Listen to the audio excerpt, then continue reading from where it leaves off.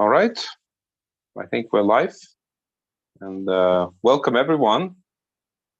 And this is GEF Talk series.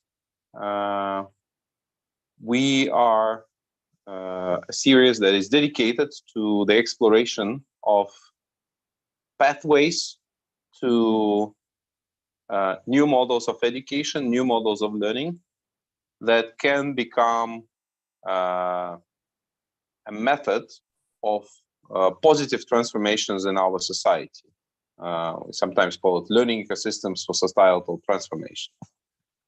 And in this series, we're exploring what are the real models that can catalyze the future society, something that it will be a better world, as some say. What does it actually mean to learn for the better world? What type of learners, what type of learnings it should involve? What are the ways of collectively learning and individually learning for that future that we aspire? And this is something that we're going to explore today with our guest, Gail Taylor. Gail, I think all your career was dedicated to kind of responding to this question in different ways, through different methods, being not only a teacher, but also an architect, a social architect, a system designer, an initiator of so many different projects in so many different spheres. You have your own method of engaging communities in societal transformation. And I was lucky to participate in one of the sessions using this method that was trying to bring transformations to Riga, the capital of Latvia, Baltic state.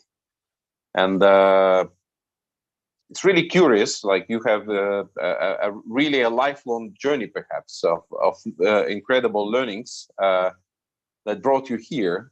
And today I hope we will explore some of these learnings together. So welcome. And I will also pass to Alexander to welcome you in this session. Thank you. Thank you, Pavel.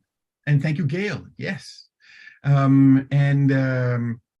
just wanted to say something brief so we can get ourselves on the road with you, Gail, because as Pavel said, what a treat. We have known each other for actually, I don't even know how long, but it seems like maybe more than one lifetime. But certainly in this one, we have covered quite a while, at least this entire millennium, if not before. And that's a nice thing to say.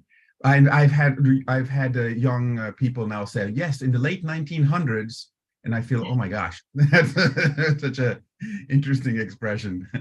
But I'm delighted because what we get to explore, I've been on a panel with you in the past where at Humanity Rising with Ubiquity University, where we talked exactly about this notion of scaffolding.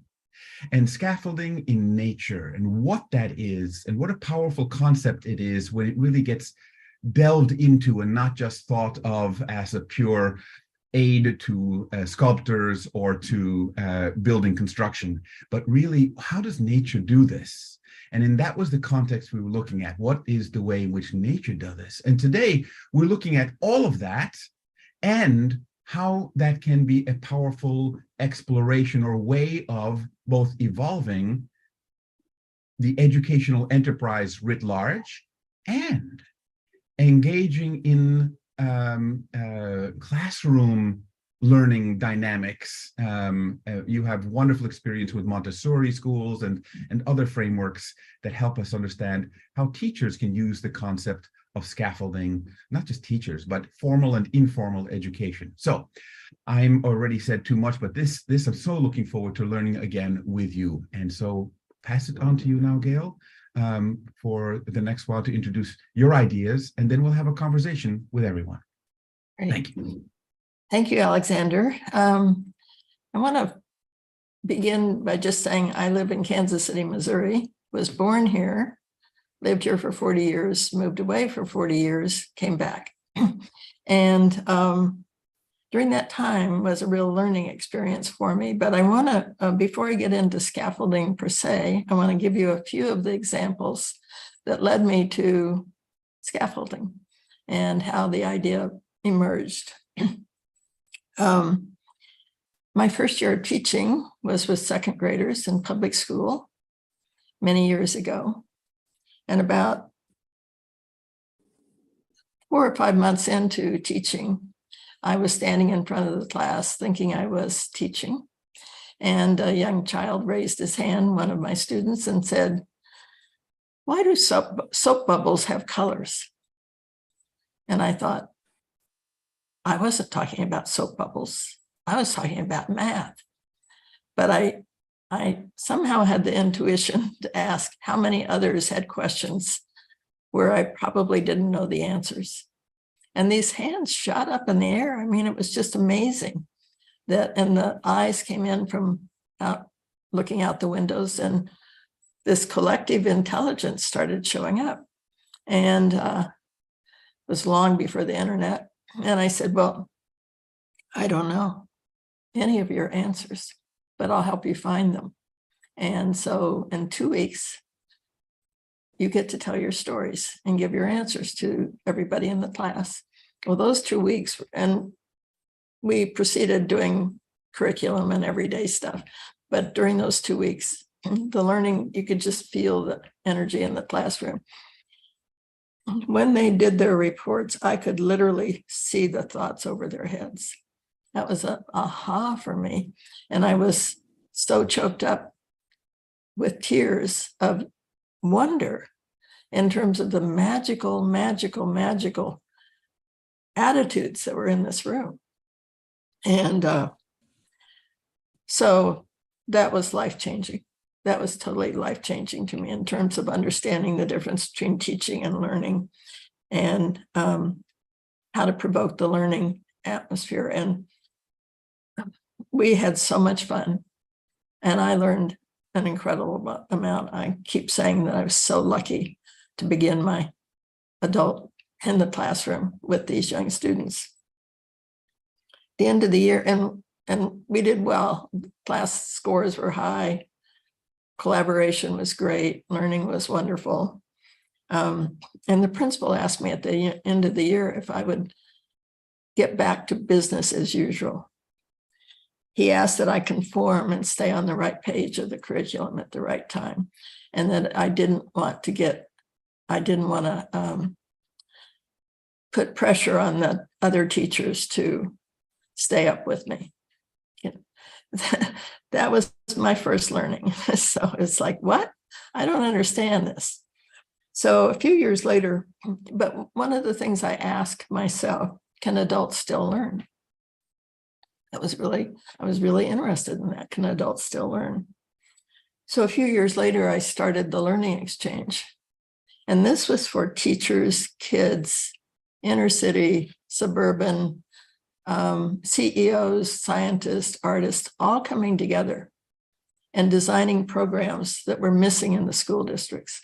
So things like bathtub physics and cardboard carpentry, the unseen city, different courses where we all came together in different teams and designed curriculum and sold that curriculum to the school districts. We had 22 school districts.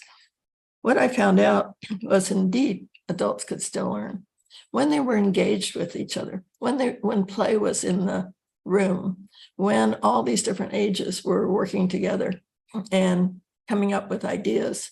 And I saw that an inner city teacher and a CEO who thought they hated each other and had nothing in common fell in love with each other when an idea fell into place and they understood what each other was talking about. And that collaboration was so important for me to learn.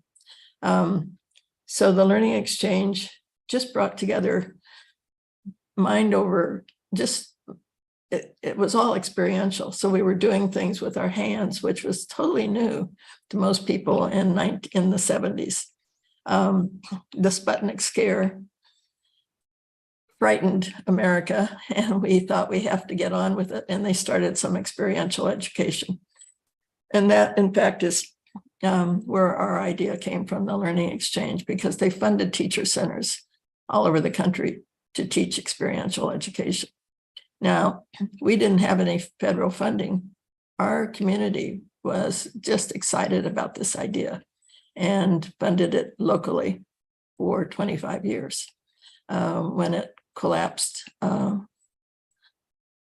with many of the parts going out, but it collapsed in the bank crisis of 2008. So what I learned from that, well, two things. A CEO came to me and he asked me the same question I asked myself: can adults learn? He was with a large company, and I said, why do you ask that? And he said, because we are learning that we don't need 3/4 of our staff unless they can learn. And he said, I don't mean training, I mean learning. Training, we can all be trained to do things, but really learning, is that possible? And I said, why do you ask me? And he said, because I think I'm learning when I'm at the Learning Exchange. And I never really thought about that before. I really never thought about or wondered about, well, I did in a way, can adults still learn? But never in that way.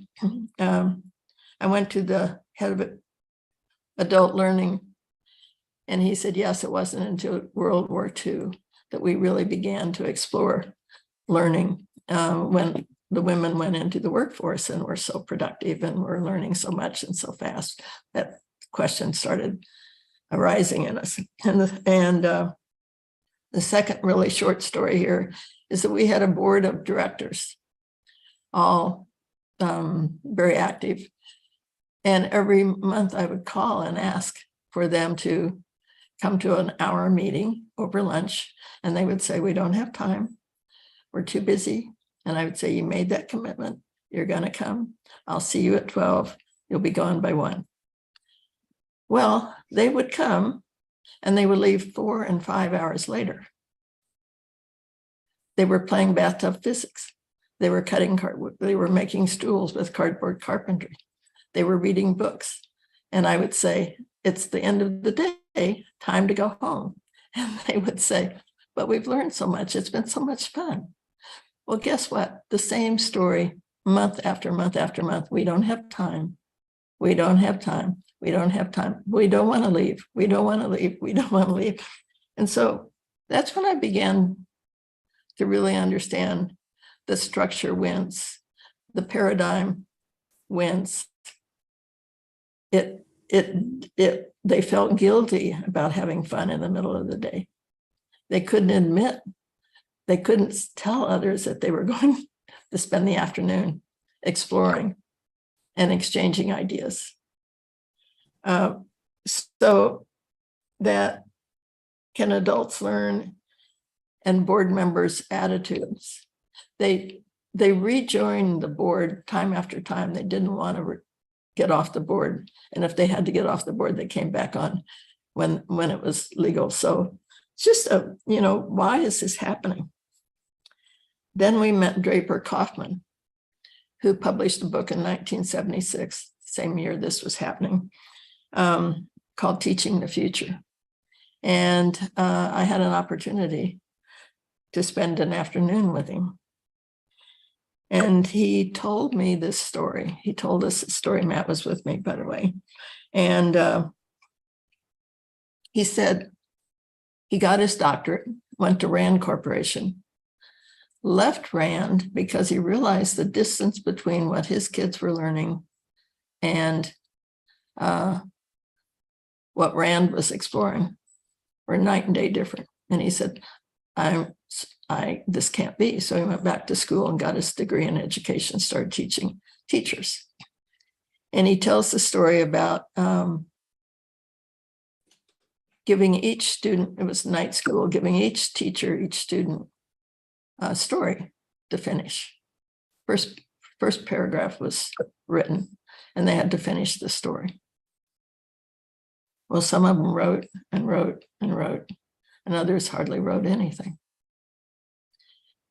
Now, what he'd done is he had given half of them or some of them past tense and some of them future tense. All right, same story, all made up, no truth. Those who had passed wrote and wrote and wrote because it had happened. Those who had future didn't write anything because how would they know? How would they know? So psychological, that to me was, I said that's scaffolding. That's psychological scaffolding. That one piece of paper to me in some ways provided a way of seeing and what was going on. So I really, and so then we started backcasting. And with adults, we started what we called backcasting, whether with corporate or any group, we started backcasting. The first paragraph that Draper had done assumed success. It was a good story, not a Dracula story or anything. It was a good story. So we started all our first paragraphs with success. It is 2030, and you're looking back over the last 10 years, and you've had tremendous success. So you're being interviewed or you're being asked, how did you do it? And you've got to tell that story. So amazing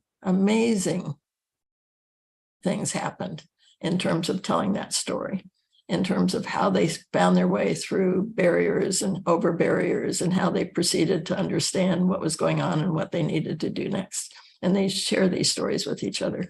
And it created a place, a possibility and potential that in the classroom that had never really been seen before. So I began to understand scaffolding's a metaphor in many ways. It's a metaphor for being able to find support, climb higher, work together, these different things. You see a scaffolding on a building, but curriculum is also a scaffolding. So it has been considered a scaffolding for a long time, that it's a curriculum that's developed to help the child, and then the curriculum comes down. It's not permanent. It's a support system until it's no longer needed, until the structure is complete in terms of the physical, or the child or person has come to understand the concepts of which he's been learning and be able to use it on his or her own in conversation and classrooms and whatever. Stafford Beer reminded us that the definition of a system is what is what it does. And I was looking and going, the scaffolding that we have in place, which is about capitalism, about teaching kids that don't want to learn, about getting in school, getting a job, hierarchical, grade by grade, stay in your path, don't get too far ahead, don't get too far behind, just go to school and get your degree. Now, this isn't to say there wasn't a lot of good things going on, because there's Montessori, there's Steiner, today there's forest schools, there's, just fabulous teachers in many, many places and in many ways. But that scaffolding that we have in place today, called capitalism, called hierarchy, called politics as usual, male-dominated still mostly, these kinds of things, that's a scaffolding. It's a metaphorical scaffolding, but it is a scaffolding. It is what we put in place to help students and ourselves get ahead, be successful, these kinds of things. So that's when I started thinking about scaffolding and nature at the same time. And I thought, why not make scaffolding? Why not make nature our scaffolding? Why not create from the heart of nature and go forward. If we had our first 7 years with nature, for nature, and of nature, if we learned out of the womb, which is an incredible scaffolding and environment in which we learn while in the womb, if we just come out of that and continue that learning instead of assuming, which we know now is not true, assuming that the child doesn't know much and has to be forced to learn and do all of these things in the standardization. The child is born with sensory, his senses alive and eager to learn. And we've learned that the first 3 years is explosive. It's just incredibly rich, and the plasticity is enormous, just wondrous, actually. And if we encourage that learning for the first 7 years, the rest of education, the rest of learning becomes far easier and direct, and it's directed in a new scaffolding. It's now shaped by nature and by discovery and by the authenticity of living on this place called Earth, this place we call home. So that's my introduction. And Matt and I went on to work with adults, as Pavel was talking about. Play was part of that. Backcasting was part of it. The ability to work together, to create together, to ask questions where nobody knew. One of the first questions we asked when we started our business is, how do rainforests decide? And those people thought they were coming to one up each other in a way in a corporation and to know the answers. And so when you ask how does a rainforest decide? It threw everybody into, and kind of that ability to play with ideas. And that playing with ideas felt good, and they became friends. And friends are not, at that point in time, we're friends. We weren't friendly in the corporation. We were employed in the corporation to do work. Today, that's changing, thank goodness. And a lot of things are changing. But creating, actually standing back and saying, you can't get there from here. If we try, the harder we try to make the existing scaffolding work, the further behind we get. Now, that's not to say that there isn't a lot happening, and that new scaffolding is getting shaped. But I'm just thinking, if we, from college, university, down through preschool, actually, instead of making them all separate ways of learning and actually often starting at the university level, we could do that as a backcasting exercise. But working together, really, what are we building from birth through death, actually? The scaffoldings that help us keep learning and being able to change and adapt and grow as nature does. What are those skills? And so that's my hope. And I watch for it, and it is, I see it. I see that it's arising under our feet, but we haven't, I'd like to name it and make it more formal so that we are actually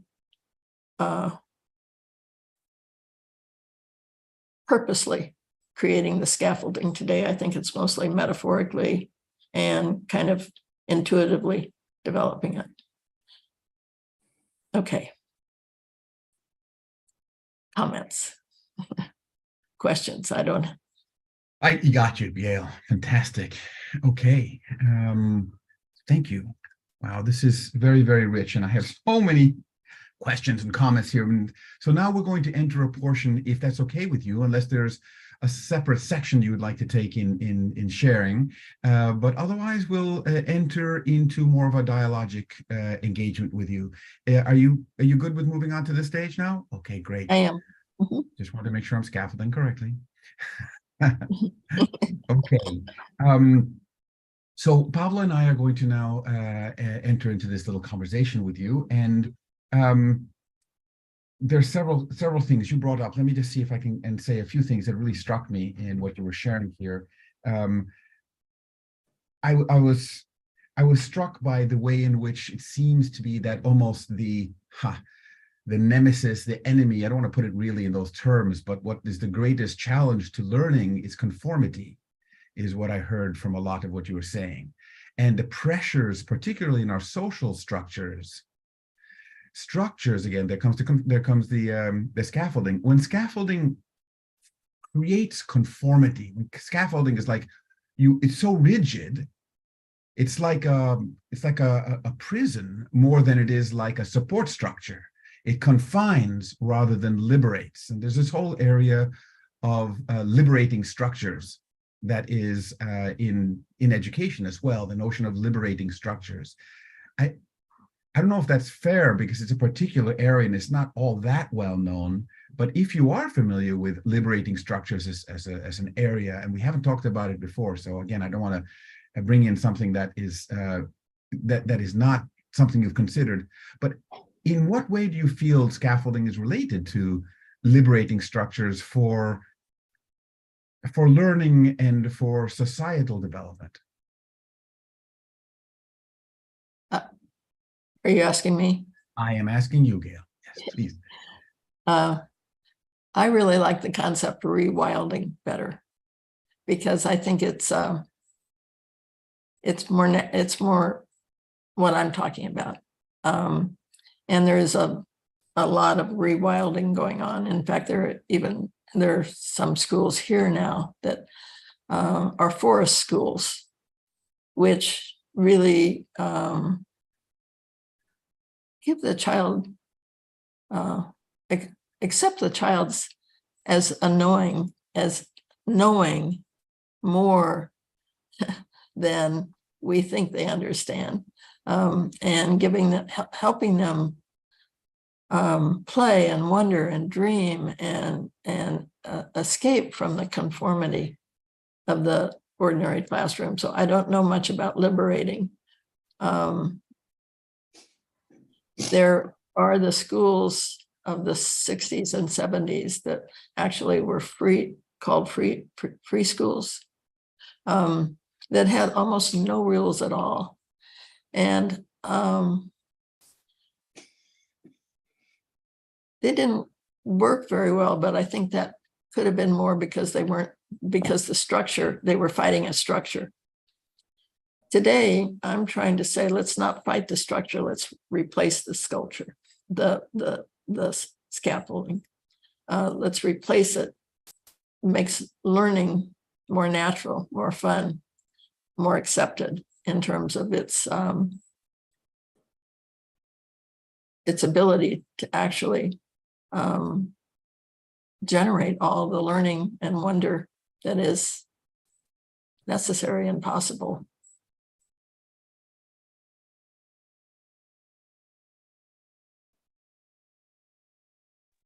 Thank you, Gail. I'll pass it over to Pavel. Yeah, Gail, thank you very much for sharing your journey and also the way you see the role of scaffolding in education. But can I now play the role of some people that are part of our audience but maybe are not in the room right now? So we have quite a number of listeners of our talks coming from Global South. And I feel that when I listen to the question that Alexander poses to you, I feel if I'm kind of listening with the ears of someone from Global South, I become completely lost. Like, the connection between liberating structures and scaffolding. Like, what is this supposed to mean at all? So imagine you're talking to a teacher in India. What do you feel would be the key message that you would like to convey that can improve, for example, an educational system in India, which sort of derives itself from British system, which is still in many regards quite rigid, although there are incredible experiments happening in the Indian educational system right now, or in Latin America. What would be those key simple messages? How can they begin transforming their system? And what would be the message that you convey through your approach? First, I think there are wonderful things happening in India and Africa in early childhood. It's a scaffolding, and in any way it can become a scaffolding where schools are being put up and teachers are being are teaching in all kinds of environments. Really natural, I would call more natural learning is going on. And scaffolding is a metaphor, so it's a little difficult to explore. But I think the scaffolding of today's world is built on the primary systems built on the ABCs. Learning subject matter that will be useful to adults. Now, I think subjects useful are very, very important, but they come from nature's way of learning, nature's way, understanding that we are part of nature, and that we understand that. And when the first few years are from that point of view, then we ask new questions about what is the scaffolding that we need to create? What is the curriculum that we need to create? What is the engagement? And how does that engagement work with the student, the teachers, the community?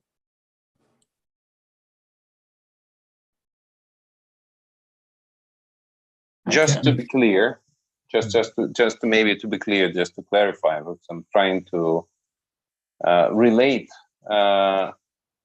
Is it more that you suggest that we should look into, let's say, what are the natural stages of development of a young person, for example, and kind of amplify those, which also has been suggested by some of key great pedagogues of the 20th century, or is it more like that we should apply the principles by which, let's say, modern human nature learns, like how do ecosystems evolve, for example, and how can we apply those principles? So for a school teacher, for example, like where should they look for inspiration when you say like using the principles of nature? So what specific principles of nature you think are the key ones? Because I completely agree with the concept, that I'm just thinking about kind of grounding it into reality of some of these teachers is really important.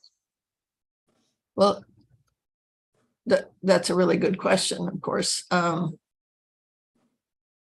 And I call the first 7 years seeding, and then nurturing, and then sprouting, and then nurturing, and going through that and the ecosystems of what is seeding and how do you seed something so that it can grow and grow healthy. So the ecosystem, it is an ecosystem model of how nature, and it's preparing that soil, preparing the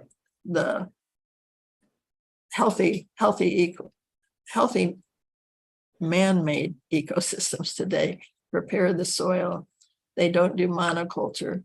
They bring this diversity together and interaction together. They find that the edges of of ecosystems is where the richness is between when the two ecosystems come together. They explore the seasons, the different patterns of learning, and so what is it that gives a good grounding to a student? What is it that lets newborn babies through the first few years know that they're part of Mother Earth, that they're born? I mean, it's not too much to expect by the time you're 6 or 7 to know that you're on planet Earth, and that the solar system, you're part of the solar system, and you're part of this magic, wondrous science of being born on Earth. And it's about stewarding that, and the idea of stewarding health and well-being. So by the time a child is 7, that's a deep knowledge, a deep knowing. They've been gardening, they've learned about the planets, they know storytelling, they know so much of what the indigenous cultures knew. And we are learning today about how the brain works and how the mind works and how co-learning works and collaboration. There's just so much about that we know today that we could put together in terms of the seeding of children as nature, and learning from different ages, different cultures, learning the clouds, learning rain, learning the seasons. We do that today, but on top of, and it's kind of like, well, nature's there. Sometimes we talk about the seasons sometimes as nature, and it's snow and sun and stuff like this. But just it's when a paradigm changes, what I've read from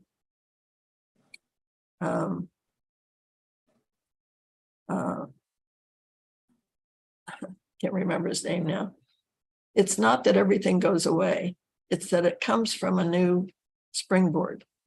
And so it's not that what we're doing today is wrong. It's the underpinning, what I call the scaffolding, that I think could be more dynamic, more healthy, more based on nature and how nature learns, rather than how to get a job and how to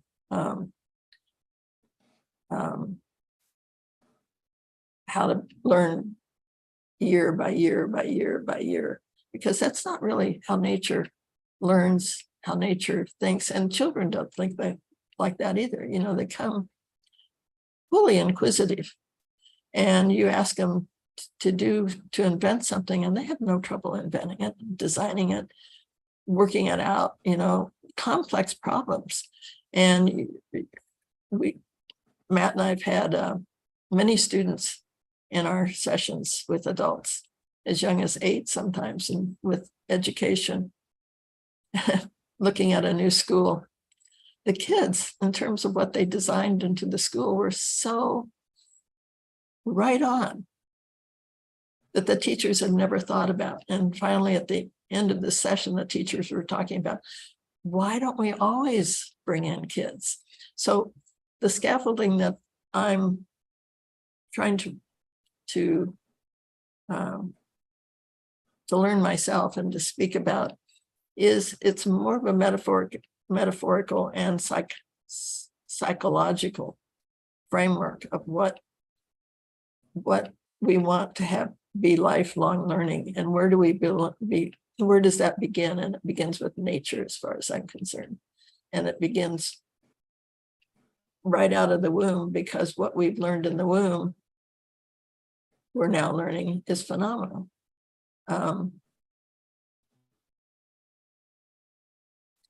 Does that answer that at all, Pavel? Yeah, thank you very much, Gail. I'll pass to Alexander.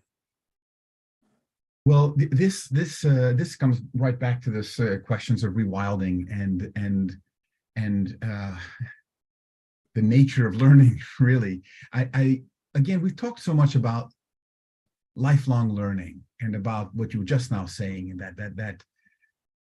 that really it's almost a remembering of what we're born with, and we always get that drilled out of us by schooling that focuses on rote memorization and on conformity, as we said before. Something that we're working at Global Education Futures, or exploring, is the complementarity between lifelong learning and life-wide learning. And the life-wide learning framework is that of learning anywhere you are, that every moment is the school of life. You can learn in any situation. You don't learn only in the classroom. And this kind of orientation, I think, is very powerful, even in formal education as well as in informal education. But let me get to my questions here rather than saying so much. You said a couple of things that I noted down. I noted down a lot, but in particular, you were talking about you said structure wins, and that's, I think, a very key expression. The design dictum of form follows function exactly also addresses that notion. But when we're stuck with structures that don't allow us to be creative, to remember our curiosity, that's when I think we need to get back into the rewilding that you talk about. You also talked about what I'm finding here to be essentially scaffolding curiosity. That's kind of like what it's all about. How do we scaffold curiosity and the ability to play with ideas? These are all things you were saying, the ability to play with ideas. I love that. And often we don't. We're almost scared. We have to say the right answer. We have to come up to the board, and otherwise we're made fun of if we say something wrong, that kind of thing. It's changing, but still. So my question with this is, what would teaching scaffolding look like? How would you teach scaffolding? In this, or at least help teachers learn to scaffold. Well, when I looked up scaffolding, the first thing I found was teaching is curriculum as scaffolding. That was the very first thing I learned. And I thought, oh, I never heard that before. And that scaffolding's actually put in place, designed by teachers to, well, one of my third grade, I taught second grade, the third grade teacher, one of them was fabulous, and I started the learning exchange with her. The other one was, I have to start all over with your students. They don't know the routine. They don't understand the method that I've planned, so we have to start all over. I don't like to get your students. And this was one of the things she said to the principal who made him, who then later made the comment, why can't you just conform so that I don't have this problem, basically. So teaching scaffolding, I don't think is that difficult once you get the sense that it's everywhere. I mean, nature scaffolds, and we in my mind, GEF is a scaffolding. It's a scaffolding that brings people together, teachers mainly, and asks new questions of them. Its purpose is to, in many ways, let go of the existing system and create a new one, create new ways, new pathways, new understandings of what teachers are. So that's how I see scaffolding. So I think it's almost like doing a shift paper. Over here is existing and over here is nature-based or something like that, and really taking time and saying, what are the differences in terms of how we would begin this journey of learning? And David Eagleman, in his book Live Wired, he says we're not hardwired, we are live wired. So, and every moment until we die is a learning experience, is a learning moment. And he's done the psychology, he's a neuroscientist. So I would begin by having teachers learn what we're learning about learning. how our perceptions are changing now that neuroscience is playing such a large part in helping us understand ourselves. I would begin with that scaffolding and build from there. And after you do that, I don't think you'll have a difficult time bringing it to the forefront. I mean, that's a lot of what Rudolf Steiner was doing as well, and exploring what is the nature of learning, and how do we learn, and what is the age-appropriate engagements that we have, also, and the 7-year shift and those kind of things. So kind of going back to basics. Sorry, Gail? And is that 7 years still appropriate? And for all students and all ages at all times? That we know the answer of that, no.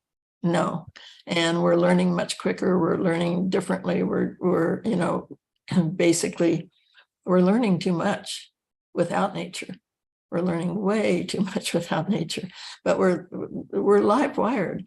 And David talks about that first 3 years, and then by the time we're 10 or so, we're beginning to narrow down, not dumb down, but narrow down, because we have interests that have developed out of this broad learning, this very broad learning of asking questions and building ecosystems and playing together and working together and not being afraid to ask questions. Why do soap bubbles have colors? Those are amazing questions that can lead kids into science and art and many other things. If parents were rewired as well, that it's not just the kids, it's our whole learning system. It's teachers, it's actually community, teachers, parents, and kids learning together as we build a new scaffolding. And so we can't leave any of those out of creating a new system. And I think schools are falling apart here. They're just collapsing. I mean, there's big conversations. Do we stop funding schools? I don't think they will, but they're just falling apart. So, and I don't know about other countries. I know some countries are, Northern Europe, really proud of their learning, of their schools and what they're learning. And so I'm not at all criticizing any teacher or parent for that matter, but the way in which they think they have to instruct the kids. And the kids feel like they have to learn, but not too much and not too fast. And you've got to keep that, the really bright kids are as much trouble as the really slow learners in some ways. And so it's a whole reconstituting of starting and learning what have been learning over the last 10, 15 years. I mean, in many ways, we've known it since day one, but putting emphasis on the neuroscience today in terms of the sensory experiences that we so much need to continue and rebuild on. Is that? It helps very much. Pavel, over to you.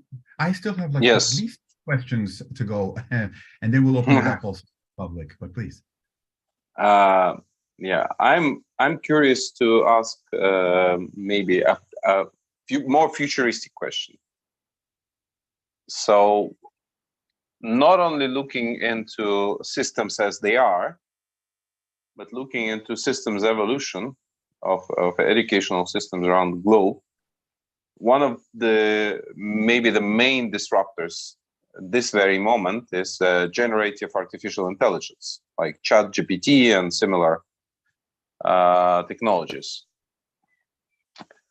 So listening to you, I kind of imagine that the new learning system could be a combination of ChatGPT kind of solution with some methodological, let's say, research that allows to provide this kind of scaffolding structures, or like learning trajectories.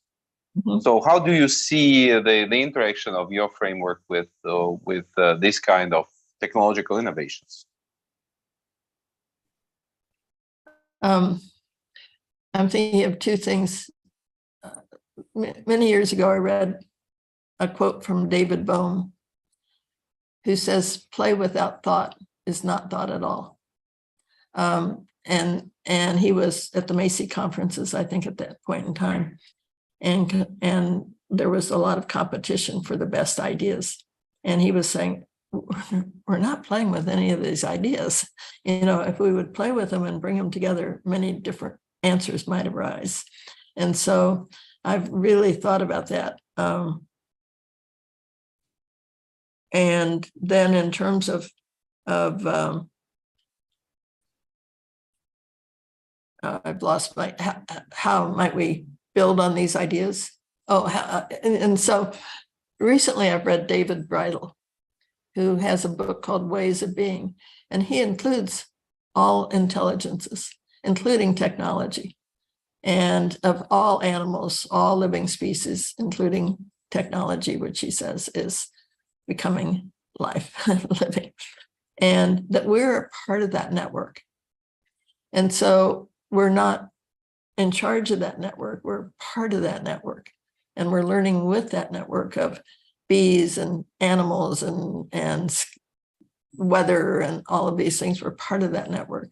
And if we would understand that and work with that, we'd understand that we have relationships that we're growing with and learning from constantly. And so I think that's another thing that's really important, is to recognize early on that we are not the most important thing in the world. We are an essential part. We're stewards of this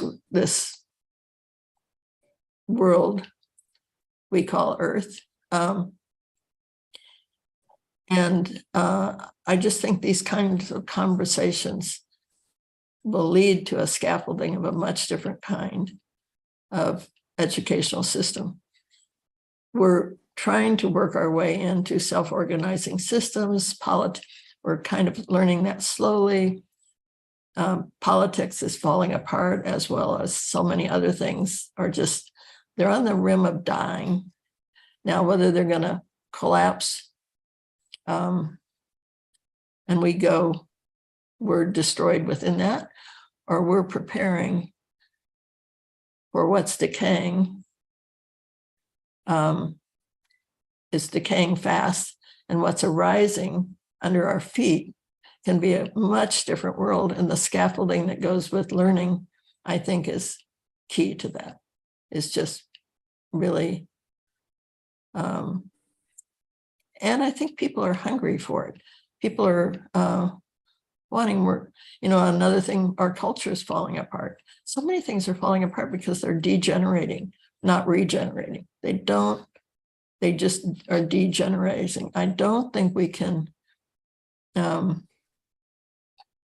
repair without rethinking and without rebuilding the frameworks in which we teach and learn and compete and play. And I've been working it all my life, so I know it's not an easy thing, but it's from where I was teaching second grade to where I am today. More and more teachers are aware of it. More and more people are parents. Unfortunately, a lot of them are in reactive mode rather than active mode. And I would love to put out a positive way of, and that's why I think the whole scaffolding needs to be recreated, because people keep trying to make the existing scaffolding work for them, and I don't think it can.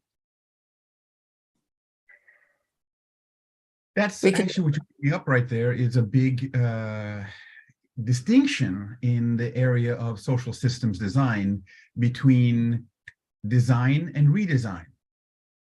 Yeah. And often the idea of redesign is useful.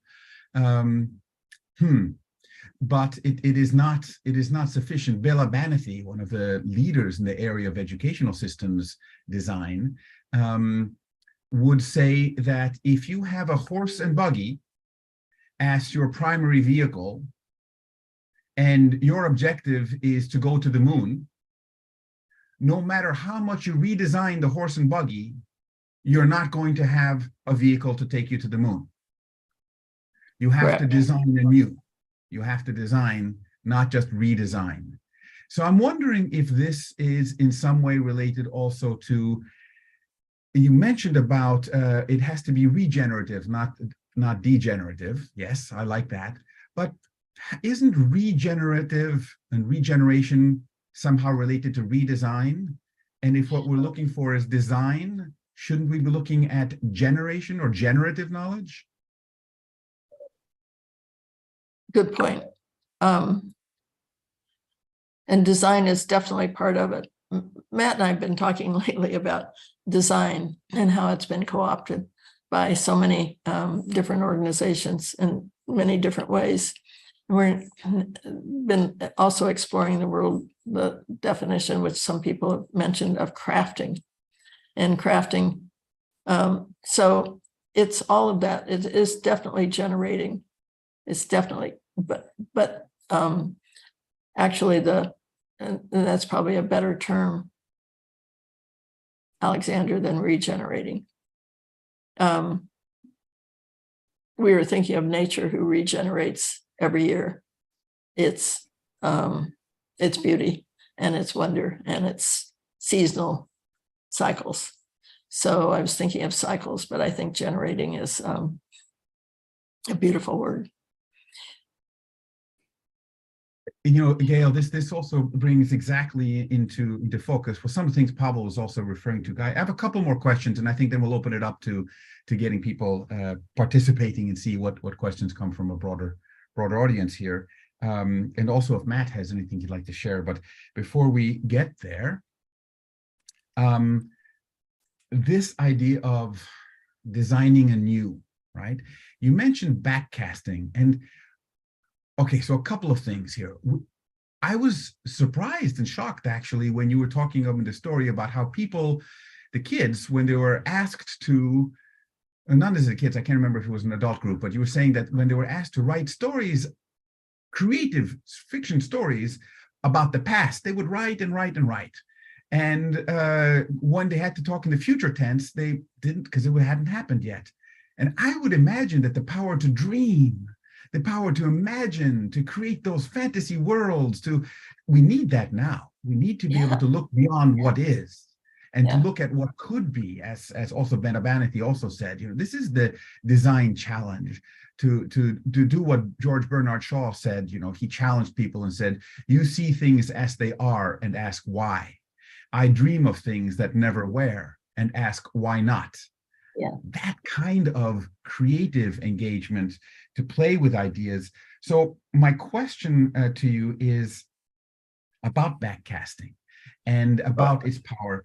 Do you start with the past? You said because of that, because of knowing how important it is to, I don't know, where we've come from and to see that trajectory, do you start by having people understand where they come from and then do the backcasting by leaping into the future? Or do you start by saying, no, let's not carry any baggage with us. Let's jump into the future, knowing all that you know now, but without any weight of the baggage or extrapolation from the past. Let's be truly creative. How do you hold that? Well, I forgot to do the second axiom, but the first axiom that I mentioned is you can't get there from here. The second axiom, but you can get there from here. I mean, but you can get here from there. And so when you work back, and this is usually an exercise we would give early on, but not generally the first one, but we would note success. And you've done something that you've been working on, company or school or what, for a long, long time, and you're successful. You've done it. And tell us how you did it. And, you know, people, you know, our walls 4 feet by 6 feet tall, 4 feet wide, all put together, many, many different walls in our environment, because our environment was designed as a scaffolding, as a way of helping people become themselves and be wanting to learn. So this backcasting that we would do would be on the wall, right? Writing, and this is what we did, and this is what we did, and this is what we did, and we had this big stumble, and we almost missed it. I mean, they just made it up. And then they would share it in groups of 4 and 5. And this whole new story of success would come out. And it changed their perceptions. We're so afraid to think about the future. We're not, in our models, we're not talking about the exact future. We're talking about the world of possibility and potential. And so being able to do this, it's amazing, the stories that unfolded. And usually the answers, whatever answers are, came from within those success stories, because they were free. They didn't have to worry about whether they were successful or not. We would also do this when we had teachers all together. There are no more teachers. Teachers as we know, there are no more. But you're really successful. You really figured it out. How did you do this? And the first thing would be, wait, that's our job. That's our future. Wait, and then they would get into it and they'd say this and this and this and this and this. And we would make clear, it's not that we're going to do this. It's playing with possibilities. It's playing with ideas. And again, that imagination, that childlike wonder would arise. People would turn in poems. People would be crying. People would do all this different, because their senses were enlivened that we have the possibility of doing this. Now, what would happen when they go back into the classroom and to the school? That old structure would click in. And it would be, well, that was just an idea. But individual teachers would take those ideas, and they're out in the world today, living and being and thriving. So it's how you ask the questions, the structure, our scaffolding is success. You don't have to worry about whether this worked or not, because that takes the energy out of fills it with worry and how are we doing and competition and all of these kinds of things, and then the sharing. So it's how you ask those questions, what you bring into the story. And stories are so important. New storytelling, new stories.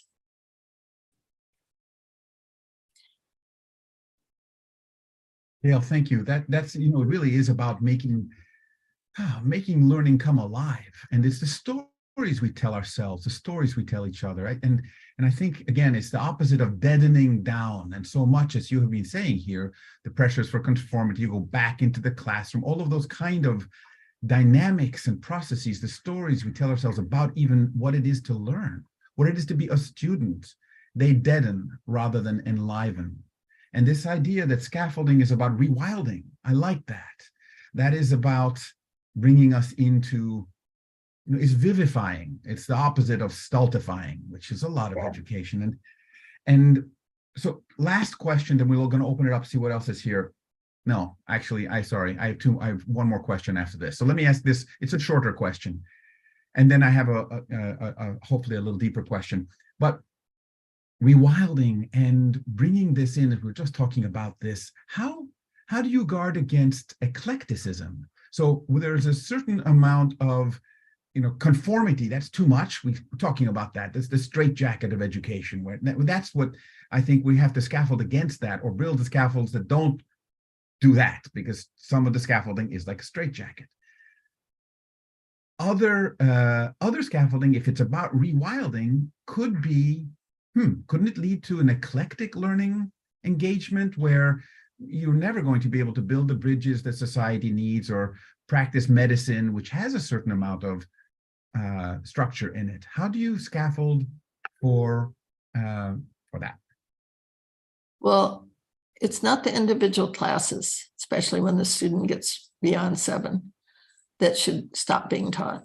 It's the scaffolding in which it sits, the scaffolding in which it, and so, I mean, I talked to a lot of engineers today who are seeing nature as their teacher.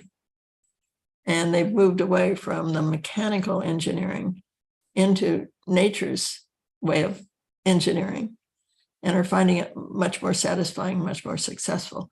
And so again, it's not the subject matter, because yes, the subjects are important and all of that, learning how to build the bridges, how to create community, how to do these things.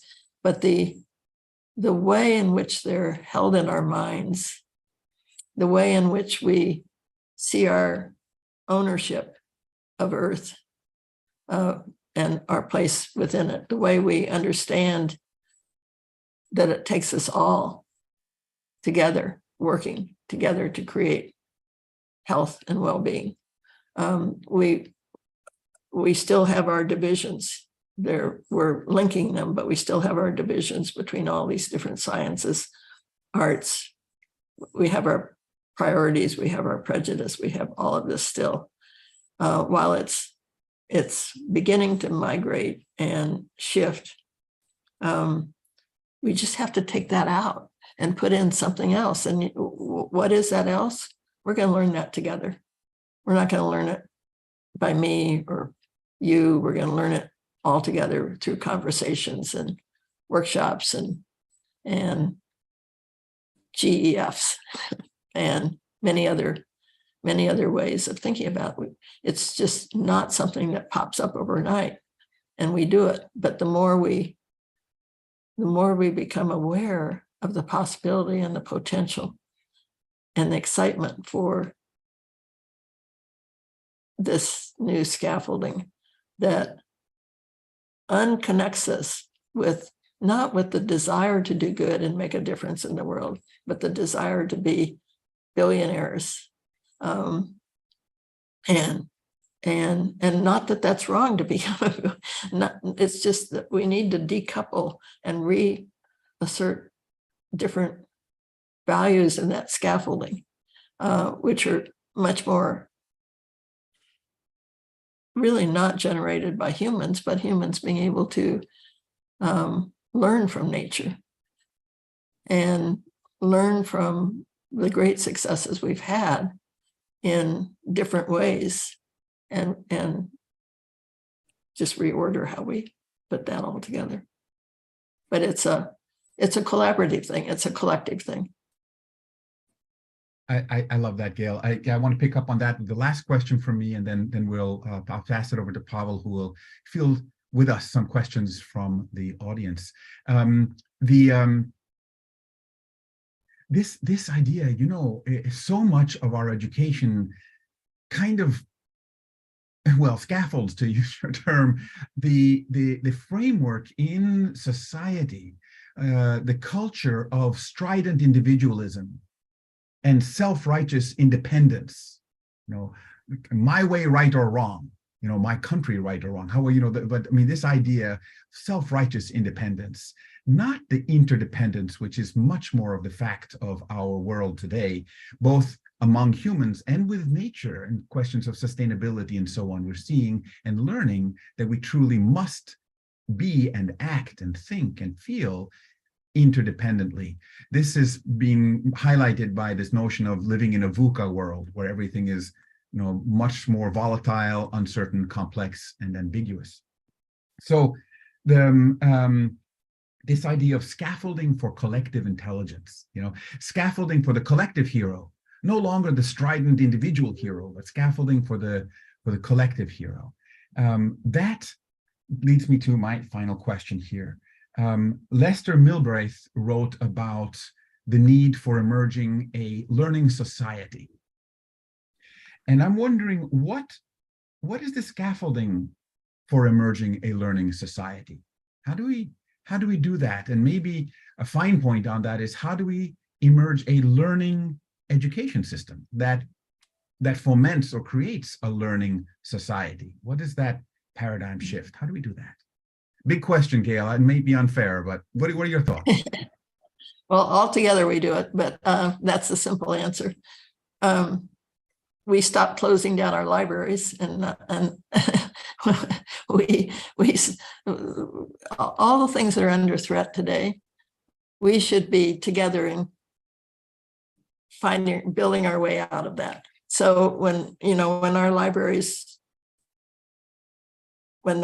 some states are saying all these books are banned and we're not going to give any money to the libraries anymore, and we're going to put librarians in jail who don't follow that's actually happening in that country, in this country. That says to me, let's get going.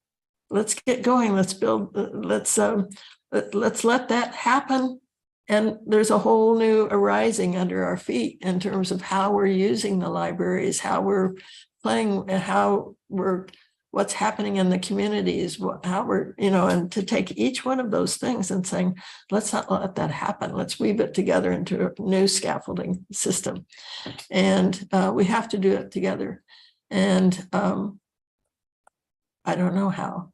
I just know that I talk about it a lot. And since you and I were in Humanity Rising, scaffolding shows up everywhere. People talk about scaffolding, scaffolding, scaffolding. So it's not so unfamiliar today. It is time, in my mind, to get busy, playfully busy in terms of creating a new system. Because, today it's like China and the US. It's one-upmanship. It's one-upmanship with everything today. It's one-upmanship in technology. It's one-upmanship. You do this to me, then I'm forced to do this to you, then I'm forced to do this to you, then I'm forced to do this to you. That is not a game we can afford today. And so while we want peace, and many of us want peace, the scaffolding that exists wins. And so it's really taking the time and giving people a reason to say, this is the direction I want to go. And I think there's a support system for me. Not easy, but why should it be?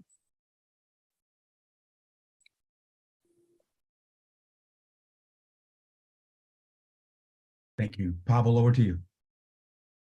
Thank you. And Gail, we have a question from the audience. This is a question from Amit Sanyal, who's a school teacher. And remember, I mentioned that some of our listeners are from India. So Amit is from India. How can we define a learner of the new age, or like the age of transformation, perhaps? The age of what? So what are the key core? So the question is, how can we define a new age learner? But I think the new age means here this age of transformation, this emerging society that we're talking about. What is the learner in that in this new reality? The learner is, whether 3 years old or 80 years old, is both a learner and a teacher. The learner is somebody who knows playing with others can be useful instead of going it all alone. The learning nature's ways. Other people can answer this as well, but we can see it. If you go online, and for this teacher who asked this question, she's probably a wonderful learner and teacher. But the first thing that a teacher must be is a learner, and learning not just from other adults or classes, but really learning from that 3-year-old or 2-year-old or 7-year-old or 60-year-old. It's learning is a life. It's a given. Self-organizing systems, nature's systems. Nature is enabling.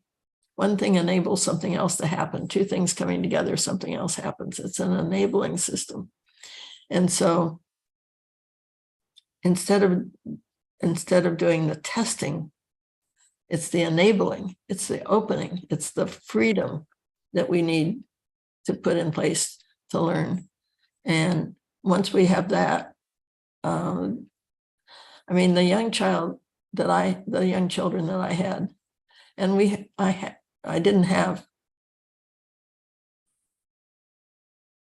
the year I left teaching was when they started dividing into high learners, average, and low learners.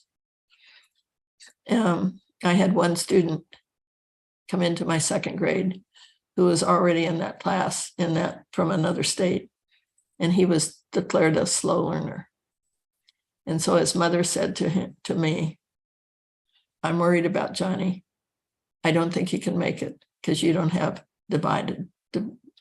I said, "I don't want to hear from you for 6 weeks. Don't tell me anything more. We'll find out." Well, his mother called me from 8th grade that he graduated top in his 8th grade class. That year, the freedom for other kids to work with him and teach him, and he was good in outdoor sports. My God, he was really good. And kids said, "Okay, we'll trade these things." It just happens naturally if we let it happen naturally. So the difficulty, of course, is breaking that barrier. And the barrier that the principal wanted me to stay within, and the barriers that all of us are faced with in our schools of education. It's how do you ignore that in a way, and how do you create and find a network that's going to support you?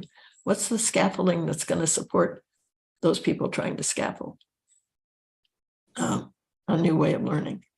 So it's kind of like Dr. Seuss and some of his stories about the tail wagging, the tail wagging, the tail wagging, the tail. I can't remember, but those are stories which are meant to alert us to a different way. Fantastic, Gail. What a wonderful and delightful exploration we've had with you today. And we're now going to be moving here to wrap up a little bit, some final comments. So inviting final comments from all of us. I'll share mine, and then Pavel, any final comments, and then Gail, the last word will be with you. Although we will take it back just to say goodbye to our listening audience after you're done, Gail. Okay, so my thoughts on this, where this has taken me is, yeah, the kind of really highlighted how conformity is such is almost the problem in education and in learning. Truly freedom to learn, creative learning. And again, as you were saying, with Boehm's idea that thought without play is not thought at all. And conformity has you stay within that. So this the scaffolding that constricts. But educational processes, educational structures, educational design that liberates, and yet is not eclectic, but that it works within the way nature works, the biomimicry of education, if you will. That's what I'm learning from this, that kind of scaffolding. Also, what I'm hearing here is what you were just talking about. When we put kids or anyone in boxes, you're a slow learner. You're only a C student, a B student. The people, especially kids, identify with that grade. They are the grade. It's not that is somehow their performance, but they are that, and it can be stultifying, right? So how do we encourage? What I'm hearing here is a process scaffolding not just structure, but process scaffolding that encourages dialogue, questioning, living into the question, dreaming with everything. A friend of ours, David Price, talks about Taoilogue, right? As with Taoism, the dialogue, that respectful, sacred dialogue with nature, with everything. And this is kind of what the feeling I'm coming away from this talk with you, Gail, that's what's important. And indeed, your organization, Tomorrow Makers, at the time, and also the Know Where, and so many things that you've done in MG Taylor with Matt, have been exactly around this kind of frame. But that's just my comment, and I will now pass it to Pavel, and then any last reflections from you, Gail. Pavel. Yeah, I'll be really quick. I feel it was an important conversation, and my particular interest is in the role of scaffolding in the intergenerational learning for positive societal transformation. So for example, we have been discussing just this morning the role of young people and young leaders in leading peace building efforts around the globe. So discovering these ways and sharing ways how we can scaffold collective learning, not only in the educational environments, but let's say in society at large, is I think what we need to look at, and how and where can we explore and share that knowledge is something that we probably still need to design together.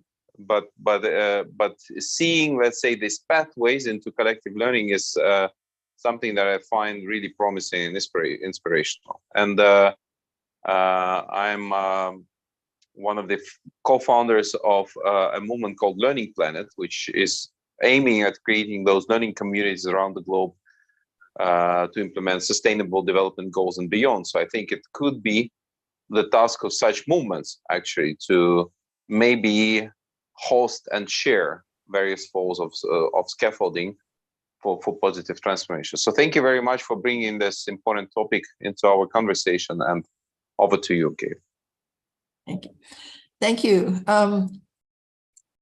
You know, place matters, and Matt could talk for hours about this. Place matters. So the learning exchange, which was all these generations together, working, creating courses together, you know, teachers learning from kids. We had some workshops that were kids teaching teachers in a big warehouse, 11,000 square feet. I don't know, it wasn't square, but 11,000 feet, whatever. And it didn't matter.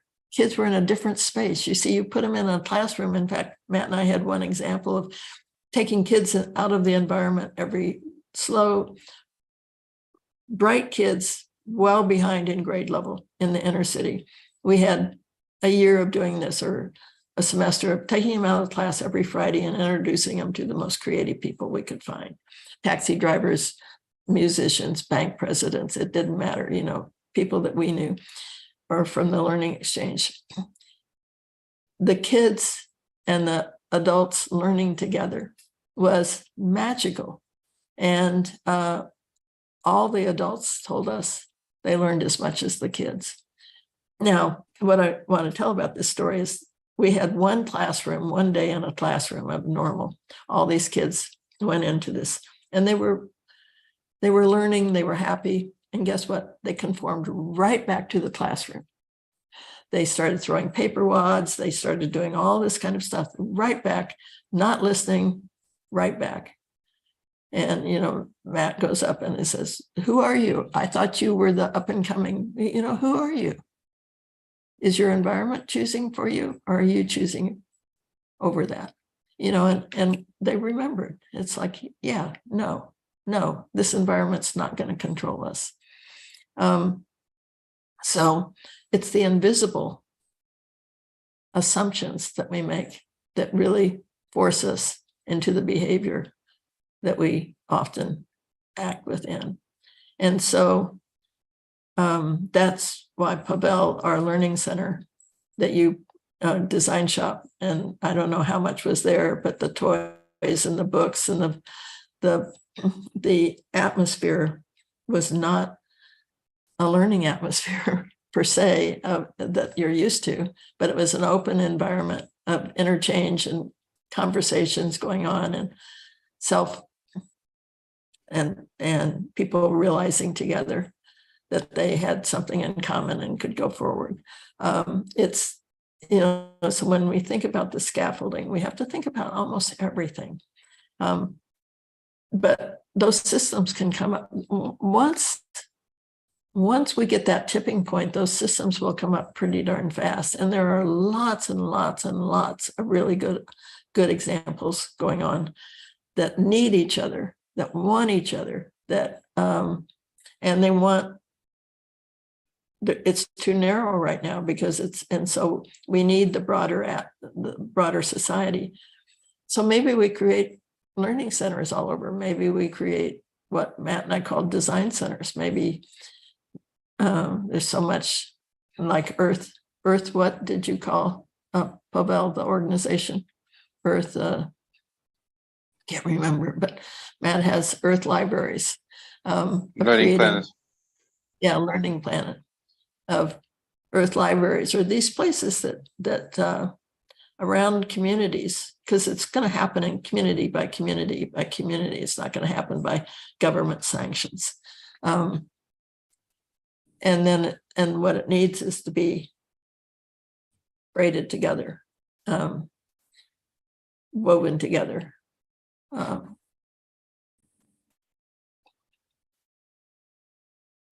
Becoming. And I think it will quicken once the model is there. It's hard though and that's why I'm happy in many ways that the system's failing, as dramatically as it is, painful as it is. But until we start seeing that and seeing that we can't fix it, we might be able to fix it a month or two or a year, but it's dying. Not because it just can't contain our curiosity, our desires, our wanting to take care of the planet and do these other things. Thank you so much, Gail. We are at time here, and we are going to now wrap up. But just to say, first of all, thank you. This exploration of really what you're saying here at the very end about connection. This is the scaffolding for connecting to self, to life, but also connecting learning hubs, learning schools, learning planet. And this is the scaffolding that we are like, even the initiative Learning Planet is a scaffolding when thought of in this way. So I think this is tremendously powerful. We're hoping that Global Education Futures is also a scaffolding for the emergence of new educational systems and for this learning society that we've been talking about. So with that, we conclude, and we invite everyone to keep posted for our next Global Education Futures talk, our GEF talk. This was number 6. We'll be moving to number 7 next month. Every month we have our talks, and they are always scaffolding our true human potential. Thank you so much, and we'll see you next time. Thank you. Yes, thank you very much, Gail. And looking forward to collaborate and explore the potential of human transformation together. Thank you. Great. Thank you for the opportunity. Bye-bye. Bye.